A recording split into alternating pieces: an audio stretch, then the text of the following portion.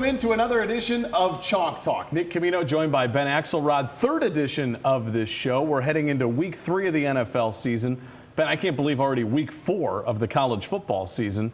Time's flying by here. Yeah, getting to the conference games here, getting to some more of those primetime matchups. Kind of a sleepy slate last week in the college football season, but yeah, we're getting into it. Always interesting, though, no matter what, even if it's a sleepy slate or something that doesn't really pop out to us, if you're looking at the lens that is sports gambling, again, through entertainment purposes only here on this show, it's always interesting, no matter what games you're talking about. Yeah, I mean, I went 2-1 in the college football right now. slate, so bouncing back a little. So yeah, that was keeping an eye on Ohio State and Clemson to cover those big point spreads. Yeah, definitely kept things a little more interesting for me. We won't talk about how I did in college. How did I think we have to. What did I do?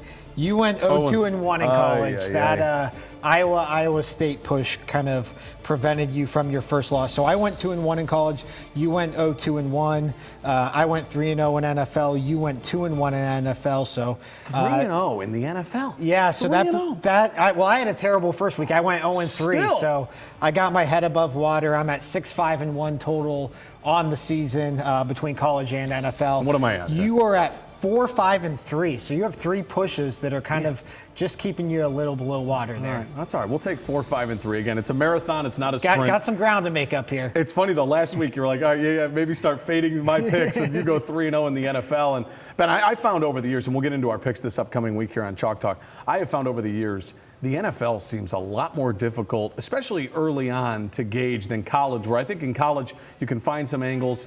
Sometimes odds makers really aren't looking at teams that are in smaller conferences. I remember the one pick you had that you should have won, it was a push, was Tulane. Yeah. I mean, those types of things, I don't know if they're always ready for that. I just think there's some value in college early. I felt good. I went 0-3 in the first week of the NFL and didn't feel great heading into that week, and it obviously showed in my record. But I actually felt good about week 2 because I feel like those lines shift so dramatically based on week 1, and you get these overreactions. And I think if you can stick to your guns as far as how you feel about those teams, there's actually some ground to be made up in week 2 and kind of fading those overreactions. And I think that's what I was able to do last week. All right, we're not going to go through all the games that we picked last week, but we have to start with Ohio State. You've been riding them all season. What they've been able to do early on, it's been impressive, Ben. Yeah, we'll get to it in a little bit, but they showed they have that blowout gene. I mean, that game against Indiana was not a competitive game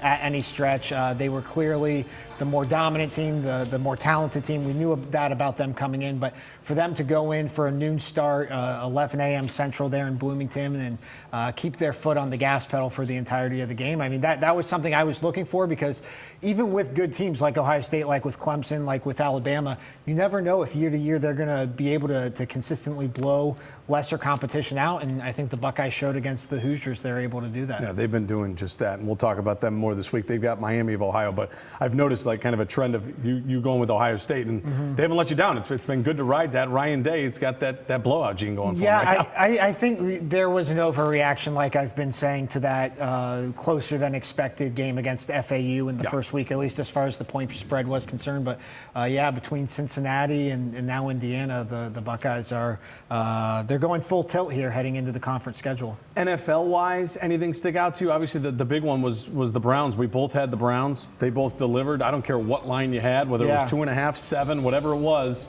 If you took Cleveland on Monday Night Football, that was the right side. The Jets looked bad. Well, that line got so screwy. It went from 2.5 to 7 over the course of the week based on the Jets' injuries and obviously Sam Darnold's injury. But that's something that now heading into week 3 here in the NFL, so many quarterback injuries between Ben Roethlisberger and Drew Brees and Nick Foles, and then you have Eli Manning getting benched in New York. We have like half the league now starting new quarterbacks already in week 3. It's going to be interesting to see how that affects the lines and how that affects the outcomes, obviously, more importantly. Of the quarterbacks you mentioned that are hurt, which team do we feel like is going to be affected the most by the loss of their quarterback? You know, I think in the short term, the Jets, just because the drop-off from Sam Darnold to Trevor Siemian and now Luke Falk, I think that was so drastic. Their schedule's tough, too. Their schedule's tough. I think long-term, the Jaguars. Okay. I know there's a lot of love for Gardner Minshew. His look, I don't know about his play. Yeah, well, sometimes that affects how True. people feel about these teams and feel about these quarterbacks. And there's a lot of buzz for G. Minshew, but I think Nick Foles just had that team, competing at an AFC title type of level, or at least that was the hope for them. Yeah. And now you go down to a rookie quarterback, and I think it's just such a lower ceiling now for this Jaguars team. The one team that stuck out to me would be Pittsburgh, because Big Ben's been around for so long. But even Rudolph, in his short time in there in the game against the Seahawks Sunday, didn't look awful. And, I think about Drew Brees, Teddy Bridgewater's done it before. I don't know how obviously it's a big, all these losses are big when you lose your quarterback, but I think that those two, you're right, would probably be not as much as the other two you mentioned, the Jags and looking at a team like the Giants, who are going to have a new quarterback now. I think you're right. I think that looking at a team like Pittsburgh and the Saints, I think maybe those teams can sustain it a little bit more just because of how they're built. But again, when you lose your quarterback. Well, I think another thing to look at now is we learned today that the Giants are benching Eli Manning and turning over to Daniel Jones.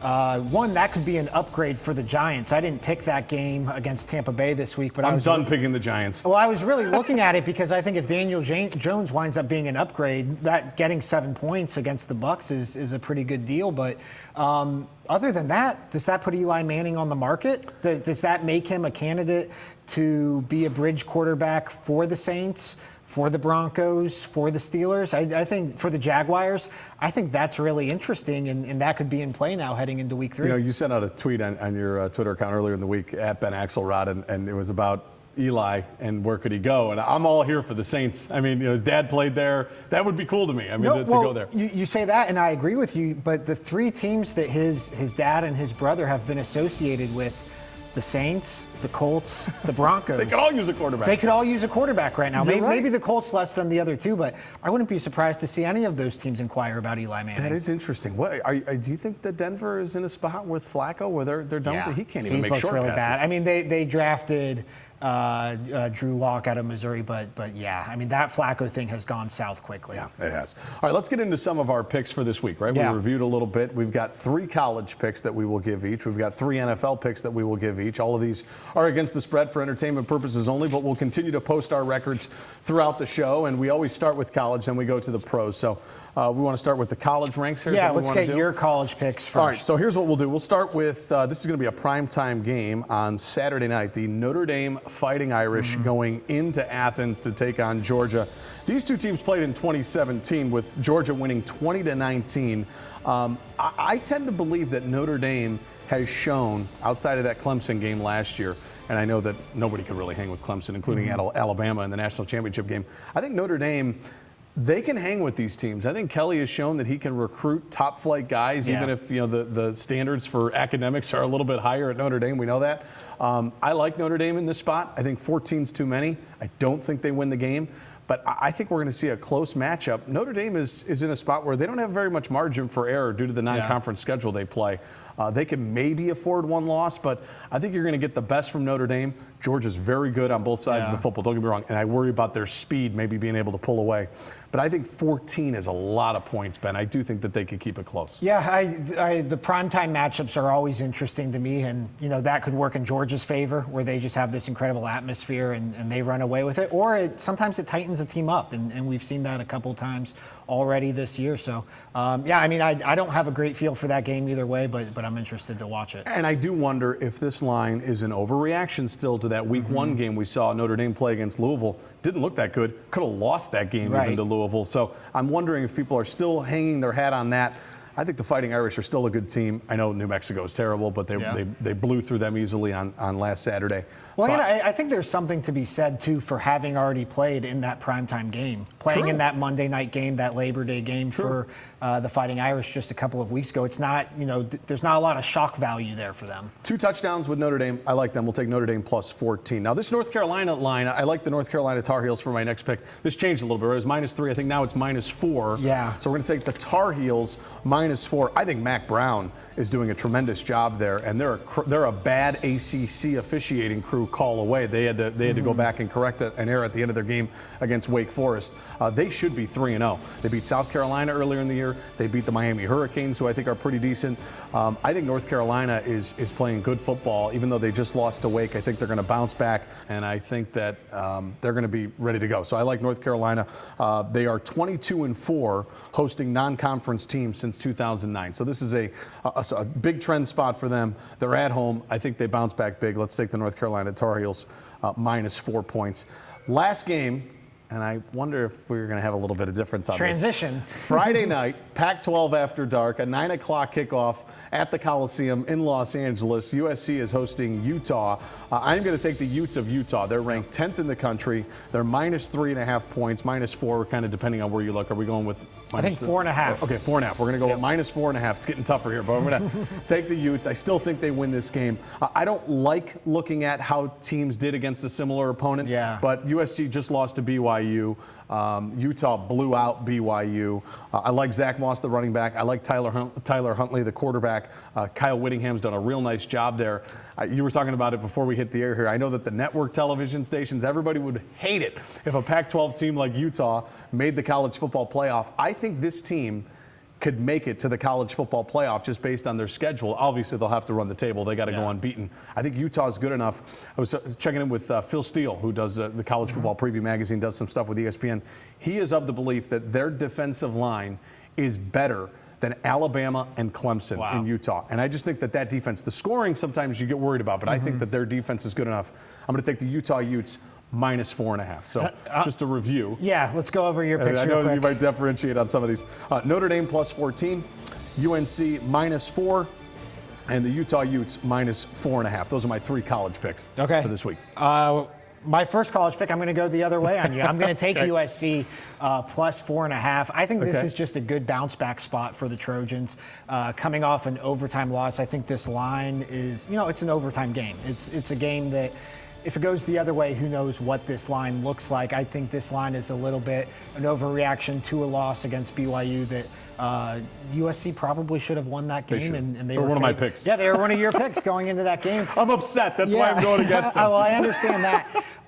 The other thing I think that's interesting about this game, Utah is coming off a game against Idaho State. Demolished Idaho State, as you would expect they would do, to an FBS subdivision school. But I think that transition in talent, going from an FBS opponent to a team in USC that probably from a talent standpoint is one of the 10 most talented teams in the country. I just think that's going to be jarring.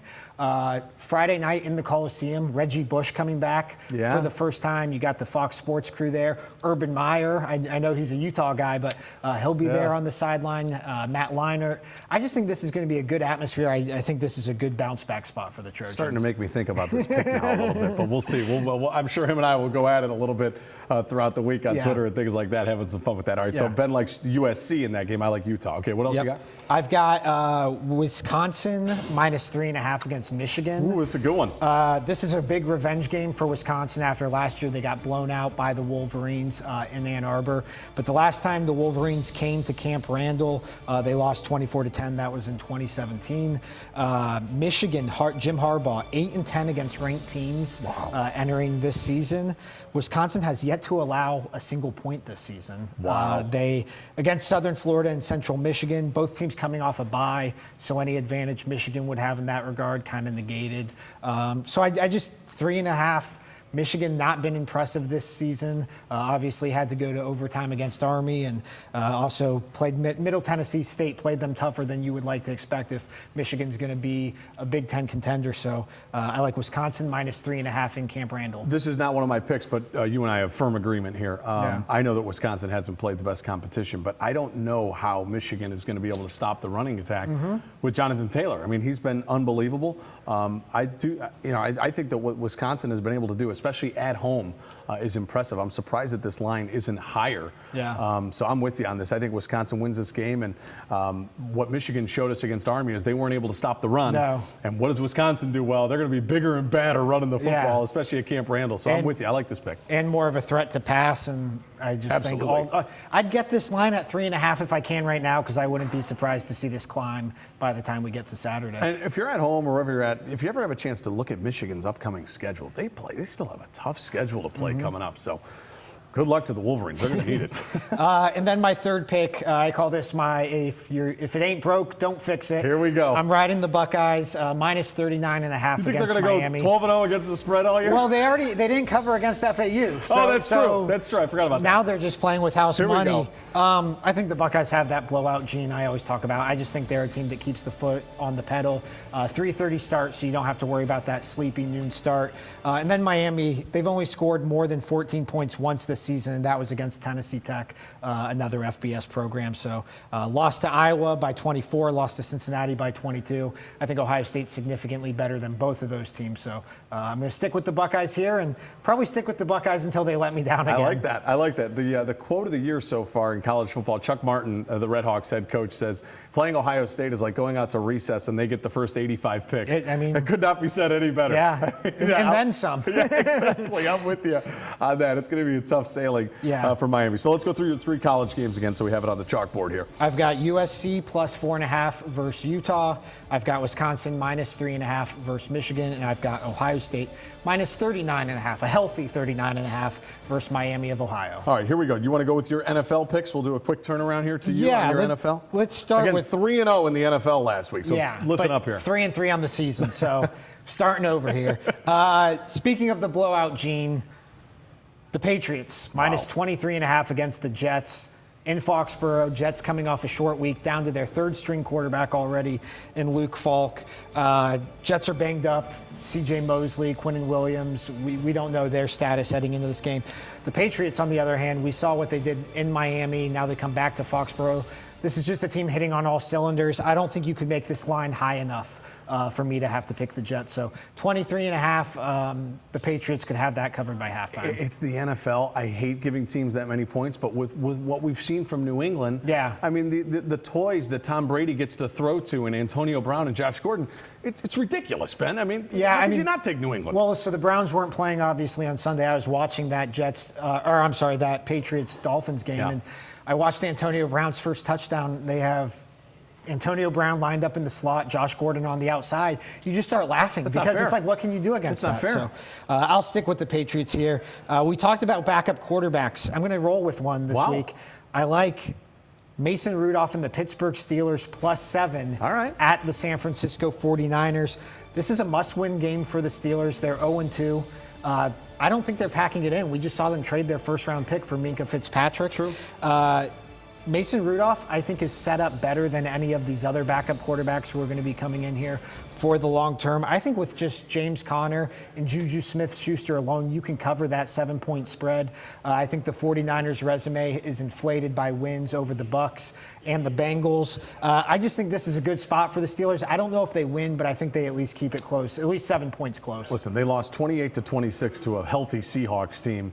They probably could have won that game. Yeah.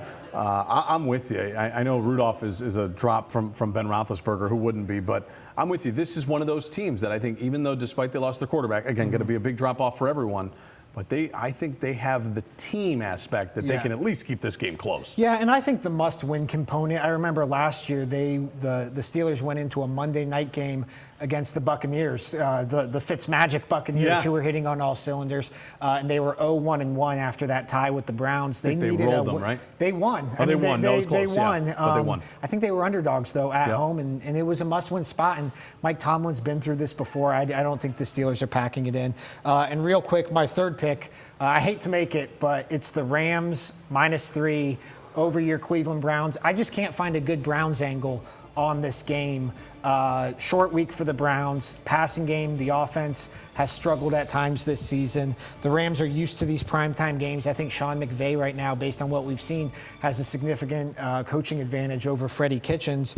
The Browns have had secondary issues, and the Rams, between Cooper Kupp and Robert Woods and Jared Goff and everything they have on offense, I just don't think this is a great matchup for the Browns. The Browns can keep it close, but it's only 3 points you have to cover, and I think the Rams are the better team. Yeah, I like home underdogs. We've said it for years, especially in a primetime spot. But, man, the Browns just – let me just say, I'm glad they were playing the Jets on Monday night, because if they weren't, I don't know if they would have won that game. I think we're going to see maybe the best version of the Browns that we've seen yet, because I think they are going to play up to their competition. But still not good enough. Yeah, the Rams. If the Browns were getting 4 or 5 points, I might have to think about it. But to only cover a field goal, I'll take the better team. All right. So Ben's 3 NFL picks, just to Patriots minus 23.5 over the Jets. Steelers +7 over the 49ers.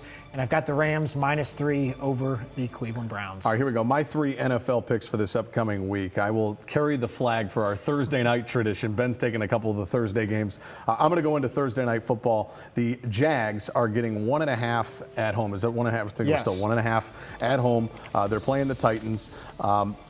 The Jags are a team that lost in week 1 to Kansas City. We had the injury to Foles that we talked about.